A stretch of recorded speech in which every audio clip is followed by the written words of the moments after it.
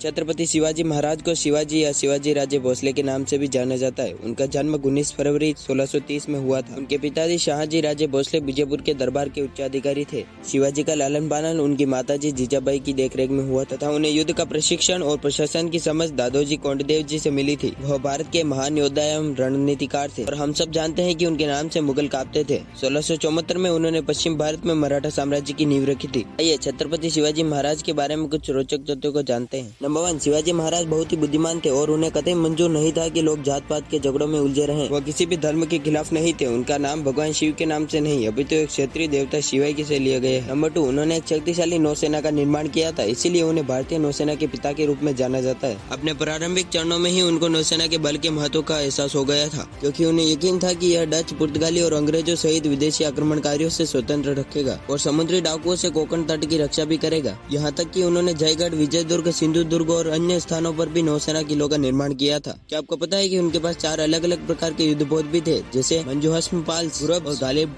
Number 3, Shivaji Maharaj युद्ध की रणनीति बनाने में माहिर थे और सीमित संसाधनों के होने के बावजूद छापेमारी युद्ध कौशल का परिचय उन्होंने तब दिया जब बहुत ही कम उम्र, मात्र 15 साल में तोरण किले पर कब्जा करके बीजापुर के सुल्तान को पहला तगड़ा झटका दिया। 1655 आते उन्होंने एक के बाद एक कोंडन, जलवी, राजगढ़ किलों पर कब्जा करके धीरे धीरे संपूर्ण कोंकण, पश्चिमी घाट पर कब्जा जमा लिया था। नंबर 4, क्या आप जानते हैं कि बीजापुर को जीतने के लिए शिवाजी ने औरंगजेब की सहायता के लिए हाथ आगे बढ़ाया था, पर ऐसा न हो सका क्योंकि अहमदनगर के पास मुगल क्षेत्र में 2 अधिकारियों ने छापा मार दिया था। नंबर 5, वह शिवाजी ही थे जिन्होंने मराठों की एक पेशेवर सेना का गठन किया। इससे पहले मराठों की कोई अपनी सेना नहीं थी। इन्होंने एक औपचारिक सेना, जहाँ कई सैनिकों को उनकी सेवाओं के लिए साल भर का भुगतान किया जा सकता था, उसका गठन किया था। मराठा सेना कई इकाइयों में विभाजित थी और प्रत्येक इकाई में 25 सैनिक थे। हिंदू मुसलमान दोनों को बिना किसी भेदभाव की सेना में नियुक्ति किया जाता था।